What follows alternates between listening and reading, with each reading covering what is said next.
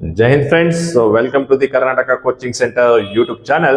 So ನಿಮಗೆಲ್ಲರಿಗೂ ಒಂದು ಸಿಹಿ ಸುದ್ದಿ ಏನಪ್ಪಾ ಅಂತಂದ್ರೆ ಆಲ್ರೆಡಿ ನಿಮ್ಗೆ ಗೊತ್ತಿರೋ ಪ್ರಕಾರ RRB NTPC ನಾನ್ ಟೆಕ್ನಿಕಲ್ ಪೋಸ್ಟ್ಗೆ ಈಗಾಗಲೇ ನೇಮಕಾತಿ ಪ್ರಾರಂಭವಾಗಿದೆ. ಒಟ್ಟಾರೆಯಾಗಿ ನೋಡ್ರಿ 11,558 ವೇಕೆನ್ಸಿಗಳನ್ನ ಈಗಾಗಲೇ ಕಾಲ್ ಫಾರ್ಮ್ ಮಾಡಲಾಗಿದೆ. ಇದರ ಬಗ್ಗೆ ನಿಮಗೆ ಏನಪ್ಪಾ ಅಂತಾರೆ ಎಲ್ಲಾ ಡೀಟೇಲ್ ಗಳನ್ನ ನಾನು ನಿಮಗೆ ಈ ಒಂದು ವಿಡಿಯೋ ಮುಖಾಂತರ ಯಾವ ಒಂದು ಏಜ್ ಇರಬೇಕು, ಯಾವೆಲ್ಲ ಪೋಸ್ಟ್ ಗಳಿದಾವೆ, ಯಾವೆಲ್ಲ ಪೋಸ್ಟ್ಗೆ ಏನು ವಿದ್ಯಾರ್ಥಿ ಬೇಕು, ದೆನ್ ಅದೇ ರೀತಿ ಸಿಲೆಬಸ್ ಏನಿದೆ, ಈ ಎಲ್ಲಾ ಪ್ರಶ್ನೆಗಳಿಗೂ ಕೂಡ ನಿಮಗೆ ಈ ಒಂದು ವಿಡಿಯೋದಿಂದ ಉತ್ತರ ಸಿಗಲಿದೆ. ಹಾಗಾದ್ರೆ ನೋಡೋಣ ಏನಪ್ಪಾ ಅಂತಾರೆ ಯಾವ ರೀತಿ ಈ ರಿಕ್ರೂಟ್ಮೆಂಟ್ ಪ್ರೊಸೆಸ್ ನಡೀತಾ ಇದೆ ಅಂತ. ಹಾಗಾದ್ರೆ ನಿಮಗೇನಾದರೂ ಈ ಒಂದು ರಿಕ್ರೂಟ್ಮೆಂಟ್ ಬಗ್ಗೆ ಹೆಚ್ಚಿನ ಮಾಹಿತಿ ಬೇಕಾದ್ರೆ ಈ ನಂಬರ್ಗಳನ್ನ ನೀವೇನಪ್ಪಾ ಅಂದ್ರೆ ಸಂಪರ್ಕಿಸಬಹುದು. 9964938826 ಅಥವಾ 8792953254. ಹಾಗಾದ್ರೆ ನೋಡಿ ಇಲ್ಲಿ RRB NTPC ಒಂದು ಲೆವೆಲ್ ಅಲ್ಲಿ ಪೋಸ್ಟ್ ಗಳಿಗೆ ಕಾಲ್ ಫಾರ್ಮ್ ಮಾಡಾಗಿದೆ. ಒಂದು ಏನಪ್ಪಾ ಅಂತಾರೆ ಗ್ರಾಜ್ಯುಯೇಟ್ ಲೆವೆಲ್, ಇನ್ನೊಂದು ಬರ್ತದ ಅಂಡರ್ ಗ್ರಾಜ್ಯುಯೇಟ್ ಲೆವೆಲ್. ಓಕೆ, ಈ ಗ್ರಾಜ್ಯುಯೇಟ್ ಲೆವೆಲ್ ಅಂತಂದ್ರೆ ಏನಪ್ಪಾ ಅಂದ್ರೆ ಪದವೀಧರರ ಪೋಸ್ಟ್ಗಳು ಅಥವಾ ಪದವೀಧರರ ಒಂದು ಹುದ್ದೆಗಳು ಅಂತ ಹೇಳ್ತೀವಿ. ಓಕೆ, ಈ ಪದವೀಧರರಲ್ಲಿ ನೋಡ್ರಿ ಯಾರಾದ್ರೂ ಕೂಡ BA ಮಾಡಿರ್ಬೋದು ಅಥವಾ BCom ಆಗಿರ್ಬೋದು ಅಥವಾ BSc ಆಗಿರ್ಬೋದು ಅಥವಾ ಇಂಜಿನಿಯರಿಂಗ್ ಇರ್ಬೋದು ಅಥವಾ MBBS ಇರಲಿ, ಒಟ್ಟಾರೆಯಾಗಿ ಪದವಿ ಹೊಂದಿರುವಂತ ಯಾವುದೇ ಅಭ್ಯರ್ಥಿಗಳು ಕೂಡ ಈ ಒಂದು ಪೋಸ್ಟ್ಗೆ ಅಪ್ಲೈ ಮಾಡಬಹುದು. ಓಕೆ, ಇದರಲ್ಲಿ ನಾವು ನೋಡ್ರಿ ಈ ತರ ಏನಪ್ಪಾ ಅಂತಾರೆ ಎಲ್ಲಾ ಪೋಸ್ಟ್ ಗಳಿದಾವೆ. Goods train manager, station master, ticket supervisor, junior accountant assistant, senior clerk, typist, ಈ ರೀತಿ ಇದೆ. ಅದೇ ರೀತಿ ನೀವು ನೋಡ್ಬೋದಾದ್ರೆ ನೋಡ್ರಿ ಇನಿಷಿಯಲಿ ಪೇ ನಿಮ್ಗೆ ಎಷ್ಟು ಇರ್ತದ ಅಪ್ಪ ನೋಡ್ರಿ, ದಿಸ್ ಈಸ್ ಬೇಸಿಕ್ ಏನಪ್ಪಾ ಅಂತಾರ ಪೇಮೆಂಟ್ ಇರ್ತದೆ. ಓಕೆ, ನೋಡ್ರಿ ಅರೌಂಡ್ ನಿಮ್ಗೆ ಏನಿಲ್ಲ ಅಂತಂದ್ರು 75,000 to 80,000 ವರೆಗೂ ನಿಮ್ಮ ಪೇಮೆಂಟ್ ಇರ್ತಾ ಇದೆ. ಯಾಕಂದ್ರೆ ಇವು ಏನಪ್ಪಾ ಅಂತಾರೆ 6th ಲೆವೆಲ್ ಅಥವಾ 7th CPC ಒಳಗೆ ಬರುವಂತ ಒಂದು ಪೋಸ್ಟ್ ಗಳಿದಾವೆ. ಓಕೆ, ಅದೇ ರೀತಿ ಯಾವೆಲ್ಲ ಪೋಸ್ಟ್ ಗೆ 8 ಹುದ್ದೆಗಳಿದಾವ ಅಂತಂದ್ರೆ ನೋಡ್ರಿ ಇಲ್ಲಿ 1,736 chief commercial cum ticket supervisor ಅಂತೇಳಿ. ಓಕೆ, 994 ಸ್ಟೇಷನ್ ಮಾಸ್ಟರ್ ಪೋಸ್ಟ್ ಗಳಿದಾವೆ. ಗೂಡ್ಸ್ ಟ್ರೈನ್ ಮ್ಯಾನೇಜರ್ ಅಂತೇಳಿ then 3,144 junior accountant assistant cum typist 1,507. Then senior clerk cum typist 732. ಈ ರೀತಿಯಾಗಿ ಏನಪ್ಪಾ ಅಂದ್ರ ಒಟ್ಟಾರೆ ಟೋಟಲಿ ಇಷ್ಟು ಪೋಸ್ಟ್ ಗಳ ನಿಮ್ಗ ಬಂದಿದಾವೆ.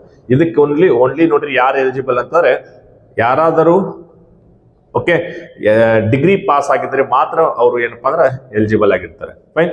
ಅದೇ ರೀತಿಯಾಗಿ ನೋಡೋದಾದ್ರೆ ನೋಡ್ರಿ ಅಂಡರ್ ಗ್ರಾಜ್ಯುಯೇಟ್ ಲೆವೆಲ್.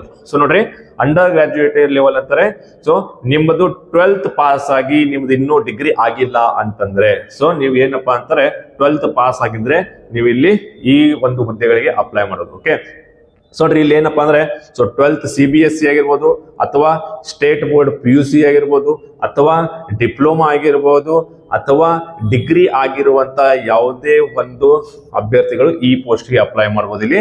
ಹಾಗಾದ್ರೆ ನೋಡ್ರಿ ಇಲ್ಲಿ ಯಾವ್ದಪ್ಪ ಅಂದ್ರೆ junior clerk cum typist, account clerk cum typist, train clerk, ಈ ರೀತಿ. ದೆನ್ ಇಲ್ಲೂ ಕೂಡ ನೋಡ್ರಿ ಈ ಒಂದು ಹುದ್ದೆಗಳಿಗೆ ನೀವು ಅರೌಂಡ್ ಏನಿಲ್ಲ ಅಂತಂದ್ರು 50,000 to 60,000 ವರೆಗೂ ಸ್ಯಾಲರಿಯನ್ನ ತಗೊಳ್ತೀರಿ. ಫೈನ್. ಹಾಗಾದ್ರೆ ಇಲ್ಲಿರುವಂತ ಪೋಸ್ಟ್ ನೋಡ್ರಿ 991 ನೋಡ್ರಿ ಏನಪ್ಪಾ ಜೂನಿಯರ್ ಕ್ಲರ್ಕ್ ಕಮ್ ಟೈಪಿಸ್ಟ್ ಇದೆ. ಅಕೌಂಟ್ ಕ್ಲರ್ಕ್ ಕಮ್ ಟೈಪಿಸ್ಟ್ ಗೆ ನೋಡ್ರಿ 361 ಪೋಸ್ಟ್ ಗಳಿದಾವ. ದೆನ್ ಟ್ರೈನ್ ಕ್ಲರ್ಕ್ ಗೆ ನೋಡ್ರಿ 72 ಪೋಸ್ಟ್ ಇದಾವ. ದೆನ್ ಅದೇ ರೀತಿ ನೋಡ್ರಿ ಕಮರ್ಷಿಯಲ್ ಕಮ್ ಟಿಕೆಟ್ ಕ್ಲರ್ಕ್ ಗೆ ನೋಡ್ರಿ 2022 ಪೋಸ್ಟ್ ಗಳಿದಾವೆ. ಈ ರೀತಿ ಏನಪ್ಪಾ ಅಂದ್ರೆ ಪೋಸ್ಟ್ ಗಳಿದಾವೆ. ನೀವು ಇದಕ್ಕೆ ಅಪ್ಲೈ ಮಾಡಿರ್ಬೇಕಾದ್ರೆ ಏನಪ್ಪಾ ಅಂದ್ರೆ ನಿಮ್ದು 12th ಪಾಸ್ ಆಗಿರ್ಬೇಕು ಅಂದ್ರೆ PUC ಆಗಿರ್ಬೇಕಾಗ್ತದೆ. ಓಕೆ, ಹಾಗಾದ್ರೆ ಮುಂದೆ ನೋಡೋಣ ಎಷ್ಟು ಏಜ್ ಇರಬೇಕು, ಯಾವೆಲ್ಲ ಏನೋ ಸಿಲೆಬಸ್ ಇದೆ ಅಂತ. ಅದೇ ರೀತಿ ಹಾಗಾದ್ರೆ ನೋಡ್ರಿ ಇಲ್ಲಿ ಈ ಪದವೀಧರ ಪೋಸ್ಟ್ ಗಳಿಗೆ ನೋಡ್ರಿ ಓಪನಿಂಗ್ ಡೇಟ್ ಏನಪ್ಪಾ ಅಂದ್ರ ಈ ತಿಂಗಳು 14ನೇ ತಾರೀಕು 14 ಸೆಪ್ಟೆಂಬರ್ 2024ರಿಂದ ಸೊ 13 ಅಕ್ಟೋಬರ್ 2024ರವರೆಗೆ ನಿಮಗೆ ಅರ್ಜಿ ಸಲ್ಲಿಸಲು ಒಂದು ಅವಕಾಶ ಕೊಟ್ಟಿದ್ದಾರೆ. ಫೈನ್. ಸೊ ಅದೇ ರೀತಿ ನೋಡ್ರಿ ಅಂಡರ್ ಗ್ರಾಜುಯೇಟ್ ಪೋಸ್ಟ್ಗೆ ಸೊ ಏನಪ್ಪಾ ಅಂದ್ರೆ 21/9/2024ರಿಂದ 20/10/2024ರವರೆಗೆ ನಿಮಗೆ ಅರ್ಜಿ ಸಲ್ಲಿಸಲು ಒಂದು ಅವಕಾಶ ಕೊಟ್ಟಿದ್ದಾರೆ. ಸೊ ನಿಮಗೆ ಇದರ ವೆಬ್ಸೈಟ್ ಬೇಕಪ್ಪ ಅಂತಂದ್ರೆ ಸೊ ನಮ್ಮ ಏನಪ್ಪಾ ಅಂದ್ರೆ rrbnc.gov.in. Okay, so gov.in. So ಇದನ್ನ ನೀವು ಏನ್ ಮಾಡಬಹುದು, ಸಂಪರ್ಕಿಸಿ. ಇದರಲ್ಲಿ ಡೀಟೇಲ್ ಆದಂತ ನಿಮಗೆ ನೋಟಿಫಿಕೇಶನ್ ಬೇಕಂದ್ರೆ ಸೊ ಅದರಲ್ಲೆಲ್ಲ ನಿಮ್ಗೆ ಡೀಟೇಲ್ ಎಲ್ಲ ಸಿಗ್ತಾ ಇದೆ. ಓಕೆ, ಸೊ ಹಾಗಾದ್ರೆ ಮುಂದಿನ ಸ್ಲೈಡ್ ಅಲ್ಲಿ ನೋಡೋಣ. ಸೊ ಮುಂದಿನ ಸ್ಲೈಡ್ ಮುಂಚೆ ನೋಡ್ರಿ, ಸೊ ಅಂದ್ರೆ ಏನ್ ಸಿಲೆಬಸ್ ಇದೆ ಅದೆಲ್ಲ ನೋಡೋಕ್ಕಿಂತ ಮುಂಚೆ ಸೊ ನಮ್ಮ ಒಂದು ಕರ್ನಾಟಕ ಕೋಚಿಂಗ್ ಸೆಂಟರ್ ಅಲ್ಲಿ ಸೊ ಇದೇ ತಿಂಗಳು 16ನೇ ತಾರೀಕು ಸೆಪ್ಟೆಂಬರ್ ನಂದು, ಓಕೆ, ಸೆಪ್ಟೆಂಬರ್ 16ನೇ ತಾರೀಕಿನಂದು ಏನಪ್ಪಾ ಅಂದ್ರೆ ಈ RRB NTPC ಗೆ ಸಂಬಂಧಪಟ್ಟಂಗೆ ಸೊ ಏನಪ್ಪಾ ಅಂದ್ರೆ ನ್ಯೂ ಬ್ಯಾಚ್ ಸ್ಟಾರ್ಟ್ ಆಗ್ತದೆ.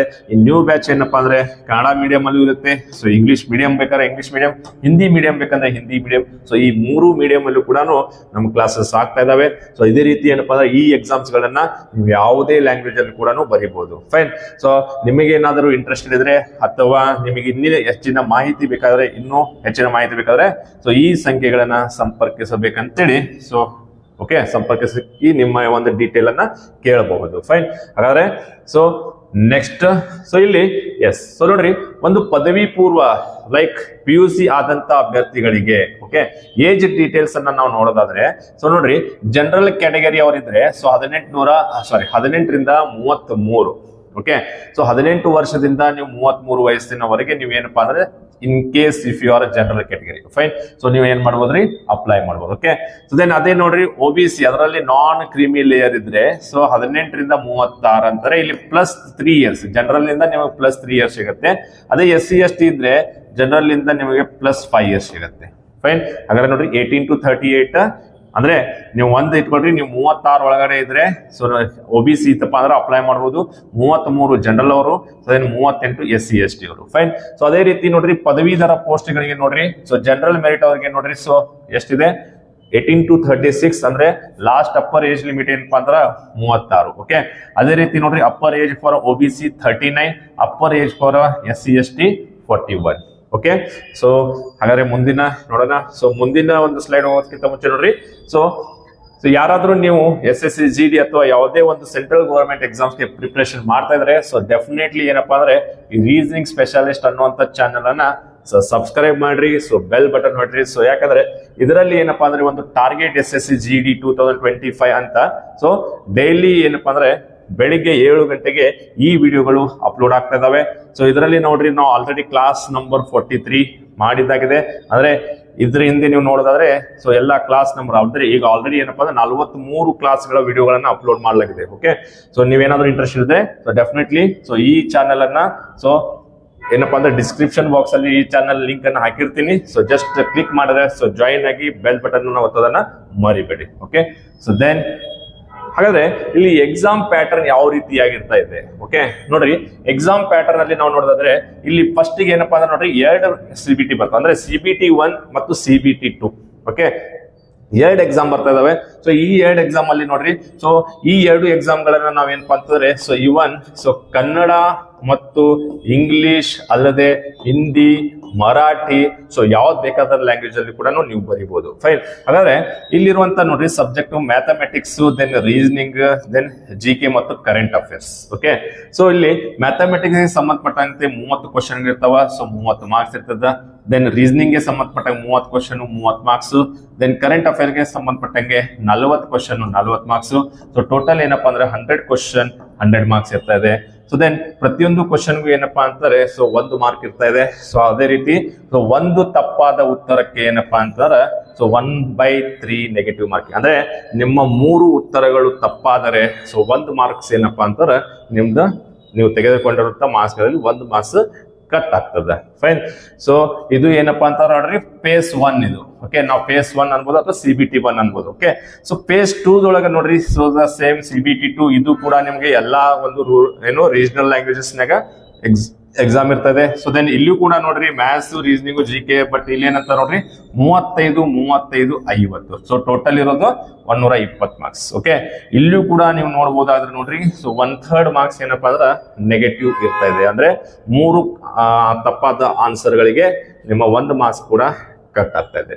ಓಕೆ, ಸೊ ಇದರ ಬಗ್ಗೆ ನಿಮ್ಗೆ ಇನ್ನೂ ಹೆಚ್ಚಿನ ಮಾಹಿತಿ ಬೇಕಾಗಿದ್ರೆ ಸೊ ದೆನ್ ಡೆಫಿನೆಟ್ಲಿ ಸೊ ನಮ್ಮ ಒಂದು ನಂಬರ್ಸ್ಗೆ ಕಾಲ್ ಮಾಡಿ. ಸೊ ಕಾಲ್ ಮಾಡೋದ್ರ ಮುಖಾಂತರ ನಿಮಗೆ ಹೆಚ್ಚಿನ ಮಾಹಿತಿಯನ್ನ ಪಡ್ಕೋಬಹುದು.